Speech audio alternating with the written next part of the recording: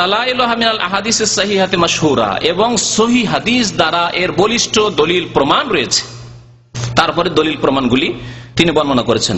তার মধ্যে একটি দলিল, নবী করিম সাল্লাল্লাহু আলাইহি সাল্লামের কাছে এক মহিলা আসছে, ফাতেমা বিনতে কাইস, বুখারী মুসলিমের হাদিস। ফাতেমা বিনতে কাইস বলছে, আতাইতুন নবী সাল্লাল্লাহু আলাইহি ওয়াসাল্লাম, নবী সাল্লাল্লাহু আলাইহি ওয়াসাল্লাম কাছে আসলাম, ফাকুলতু, বললাম, ইন্না আবুল জাহাম ওয়া মুআবিয়া খাতাবানি, আমাকে আবুল জাহাম ও পয়গাম দিয়েছে, বিয়ে করার জন্য প্রস্তাব পাঠিয়েছে, আর মুআবিয়া যিনি পরে বাদশা হয়েছিলেন তিনিও পয়গাম দিয়েছেন, খাতাবানি পয়গাম। ফাকালা রাসূলুল্লাহ সাল্লাল্লাহু আলাইহি ওয়াসাল্লাম, আল্লাহ রাসূল সাল্লাল্লাহু আলাইহি ওয়াসাল্লাম বললেন, কি বলছেন, বিয়ে করে নাও, কাউকে একজন, কোন একজনকে ধরে না। আম্মা মুআবিয়া, শোনো, মুআবিয়া ফাসউলুকুন, অথচ নবী সাল্লাল্লাহু আলাইহি ওয়াসাল্লামের শালুক, শালা, ঠিক না?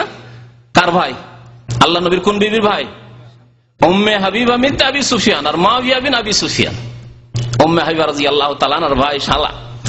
শালা সম্পর্কে কি বলছেন নবী করিম সাল্লাল্লাহু আলাইহি ওয়াসাল্লাম? ফাসউলুকুন, তো ফকির, নিঃস্ব, দরিদ্র, লা মালা লাহু, তার কাছে একটা পয়সা নেই, কি খাওয়াবে তোমাকে বিয়ে করে নি? গীবত নয়। ও আম্মা আবুল জাহাম, আবুল জাহামের কথা বললে সে পয়গাম দিয়েছে, ফালা ইয়াজাউল আসা আন আতিকি, সে তো নিজের কাঁধ থেকে লাঠি রাখে না, মানে সব সময় লাঠি দেখায় সে। এর আগে বিয়ে করেছে, স্ত্রীকে মারধর করে, সুতরাং মারধর করা স্বামীকে বিয়ে করতে যাবে? দুটি ক্ষেত্রে কি করলেন? নিষেধ করলেন। ফকিরকে বিয়ে করতে নিষেধ করলেন নবী সাল্লাল্লাহু আলাইহি ওয়াসাল্লাম, আর গীবত করলেন না। আর এই লোকটি স্ত্রী মারে, গীবত নয়? যদি বলা হয় এই লোক সম্পর্কে কিছুই জানি না, খুব ভালো মানুষ আমাদের সামনে, কিন্তু স্ত্রী মারে, তার বদনাম হইল না আমার সামনে, সে আমার দৃষ্টিতে নিচে নেমে গেল না? অবশ্যই। নবী সাল্লাল্লাহু আলাইহি ওয়াসাল্লাম বললেন, আবু জাহাম তো নিজের কাঁধ থেকে কোনদিন লাঠি রাখে না। অন্য হাদিসের ফাদাররা বললেন না, শুধু মারে না, খুবই মারে, খুব বেশি মারে, দাররা বিসি মুবালাগার সাথে স্ত্রীদের খুব মারধর করে। সুতরাং তুমি কাকে বিয়ে করলাকে? ইনকাহি ওসামা, ওসামাকে বিয়ে করেন। আল্লাহ নবী সাল্লাল্লাহু আলাইহি ওয়াসাল্লাম ওসামাকে খুব ভালোবাসতেন, ওসামাকে বিয়ে করেন। কিন্তু ওসামা ছিল কালো চুকচুকে, আফ্রিকান রং। মনে দ্বিধাদ্বন্দ্ব প্রথম দিকে, ফাতেমা বিনতে কাইসের ছেলে, কালোকে বিয়ে করব, কিন্তু চিন্তা করেন আল্লাহ নবী যখন পরামর্শ দেন, বিয়ে করেই দিই। তারপরে তিনি বলছেন যে ওসামাকে বিয়ে করার পর আল্লাহ পাক আমার জন্য বড়ই কল্যাণ করেছিলেন, ভালো স্বামী পেয়েছিলাম আমি, খুব সুন্দর স্বামী পেয়েছিলাম। নবী সাল্লাল্লাহু আলাইহি ওয়াসাল্লামের পরামর্শ, মুত্তাফাকুন আলাইহি, বুখারী মুসলিমের হাদিস। এখানে একটি বিষয় আর বলছি, যে এই ফাতেমা বিনতে কাইসকে একজনের স্বার্থে গীবত করা ঠিক না। ফাতেমা বিনতে কাইসকে যে বলা হলো মুআবিয়া সম্পর্কে সমালোচনা করে, গীবত করে, এবং আবু জাহাম সম্পর্কে, এটি কার স্বার্থে? একজন মহিলার স্বার্থে গীবত করা হলো। তাহলে যদি কোনো বক্তা, যার বক্তব্য শুনে, যার ভক্ত রয়েছে লক্ষ লক্ষ, যাকে এক শ্রেণীর লোকের আন্তর্জাতিক বক্তা নাম দিয়ে দিয়েছে, তাহলে তাদের স্বার্থে গীবত করা কত বড় ফরজ। যদি এত লোককে সংশোধন করার উদ্দেশ্য থাকে, এত লোক বিভ্রান্ত হয়ে যার আশঙ্কা আছে, সুতরাং তাদেরকে সঠিক রাস্তা দেখানোর উদ্দেশ্য থাকে। আশা করি আমার কথা স্পষ্ট আপনাদের সামনে। তারপরে আমি শুকরিয়া আদায় করছি আল্লাহ পাক রব্বুল আলামিনের, প্রথমে এবং শেষে সব সময়, আর বিশেষ করে তারপরে শুকরিয়া আদায় করছি আমাদের ভাই মাহমুদের, যিনি 50-এর বেশি মনে হয় বা তারও বেশি ক্যাসেট সাইদি সাহেবের উনি শুনেছেন। শোনার পরে যেই জায়গাগুলি আমি মোটামুটি করে দিয়েছিলাম ইশারা ইঙ্গিত, যে এই ধরনের যতগুলি ভুল আছে, আর তিনি আলহামদুলিল্লাহ দীর্ঘদিন ধরে এখানে পড়াশোনা করেন, ভুলগুলি যতগুলো ধরা খেয়েছে তার কাছে নিয়ে এসেছেন, আমাকে দিয়েছেন। আমি সেগুলি আবার একাধিকবার শুনেছি। শোনার পরে তার উপর নোট কিছু লিখেছি, আর কিছু ব্রেনে আছে, আল্লাহ পাক যা দিয়েছেন আপনাদের সামনে পেশ করব। তো এই ভুলগুলি ক্যাসেট থেকে একত্র করা হয়েছে, বিভিন্ন বক্তব্য থেকে। আমি একটি ক্যাসেট মাত্র শুনেছিলাম, আপনাদেরকে বলি, একটি ক্যাসেট, এবং সেই ক্যাসেট আমার কাছে মজুদ আছে। একটি ক্যাসেটে 12 থেকে 14টি ভুল, একটি ক্যাসেটে 60 মিনিটের বক্তব্যে 12 থেকে 14টি ভুল আমি পেয়েছি। বাকি ক্যাসেটগুলি আমাদের ভাই শোনার পরে রেকর্ড করে নিয়ে এসেছে, আপনাদেরকে এখানে অন করে শোনানো হবে। সাইদি সাহেবের সেই বক্তব্য শুনবেন যেটি ভুল, আর তারপরে ইনশাআল্লাহ তাআলা কোরআন এবং হাদিসের আলোকে সঠিক কি তা আপনাদেরকে শোনাবো। আরেকটি কথা মনে রাখবেন, যে কোন আলেমেরই হোক, আর কোন সাধারণ ব্যক্তিরই হোক, কোন বিদআতিরই হোক, কারো ভুল ধরে নেওয়ার মানে এই নয় যে তাকে আমরা কাফের বলে ইসলাম থেকে খারিজ করলাম, কখনো না। আগে বলেছে এই জন্য যে তিনি আমাদের দ্বীনী ভাই।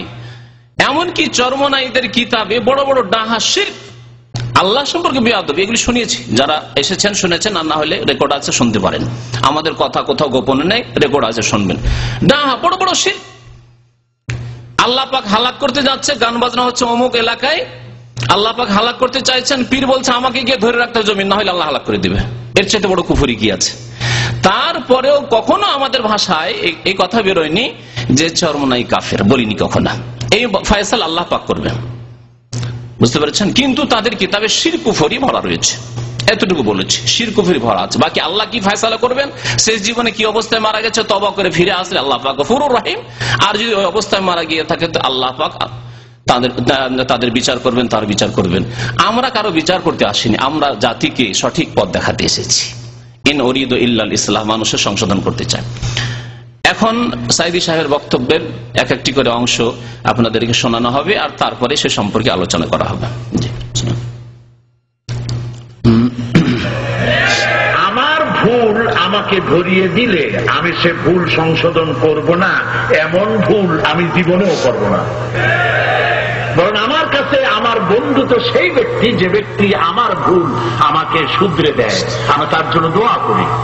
আমি মানুষ, আমার ভুল তো হতেই পারে, কিন্তু আমি আদর্শগত কথা, কোরআন হাদিসের কথা যা বলি আমি হিসাব করে বলি, পড়াশোনা করেই বলি। আল্লাহুম্মা সাল্লি আলা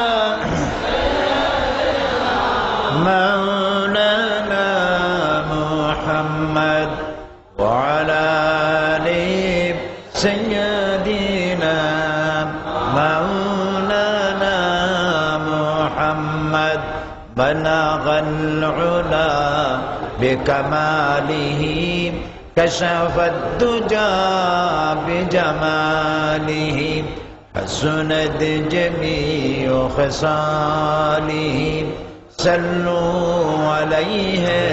मुझे कुछ मिले या न मिले मोहम्मद मिले, यानी वो शहीद जिससे अल्लाह मिले। কি শুনলেন আপনারা? প্রথম কথা শুনলেন যে তিনি খুশি হন ভুল ধরিয়ে দিলে, জাযাহুল্লাহু খাইরান। আল্লাহ পাক যেন তাকে সংশোধন করার তৌফিক দান করেন, আর তার আগে আমার যদি ভুল ত্রুটি থাকে আল্লাহ আমাকে সংশোধন করার তৌফিক দান করেন। কারণ তার মুক্তির চাইতে মূল্যবান আমার মুক্তি, তার নাজাতের চাইতে আমার নিকট আমার নাজাত, আমার কামিয়াবি, আমার জান্নাতে যাওয়া আমার কাছে বেশি মূল্যবান। আশা করি আমার কথা স্পষ্ট। সুতরাং আমি যদি আমার জীবনে ভুল থাকে তো আমি আমার সংশোধন চাই। তিনি খুশি প্রকাশ করেছেন, সুতরাং তার কথা মোতাবেক আমরা তার ভুলগুলি তুলে ধরার চেষ্টা করছি এবং সেগুলি সংশোধনের চেষ্টা করছি, যাতে করে জাতি বিভ্রান্ত না হয়। তারপরে তিনি শুরু করলেন, কি শুরু করলেন? দুরুদ শুরু করলেন, সম্মিলিত দুরুদ। দুরুদ পড়া ইবাদত কিনা বলুন? আচ্ছা, ইবাদত। আল্লাহ পাক কোরআনে আদেশ করেছেন, আল্লাহ পাকের আদেশ, রাসূলের আদেশ হচ্ছে ইবাদত। দুরুদ পড়া নবী করিম সাল্লাল্লাহু আলাইহি ওয়াসাল্লামের হক এবং ইবাদত।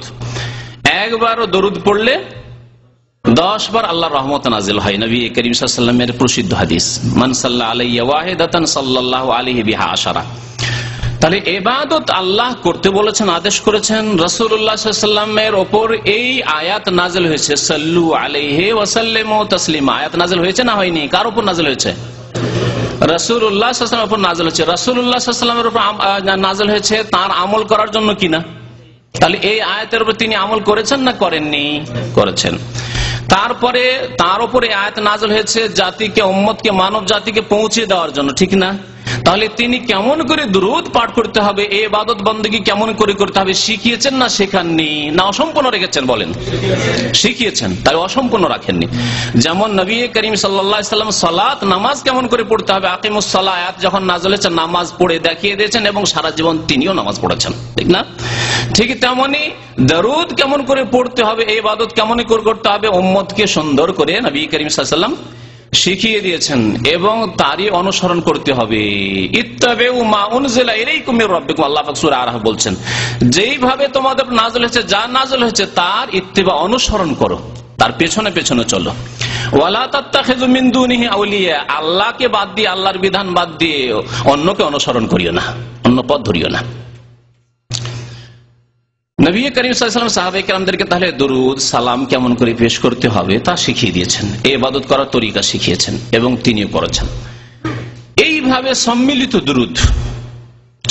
দুরূদ পাঠ নবী করিম সাল্লাল্লাহু আলাইহি ওয়াসাল্লাম জীবনে একবারও সাহাবায়ে কেরামদেরকে শিখিয়েছেন? প্রশ্ন, জীবনেও শেখাননি না। তিনি করেছেন এইভাবে যে বাবারা আপনারা একটু মহব্বতের সাথে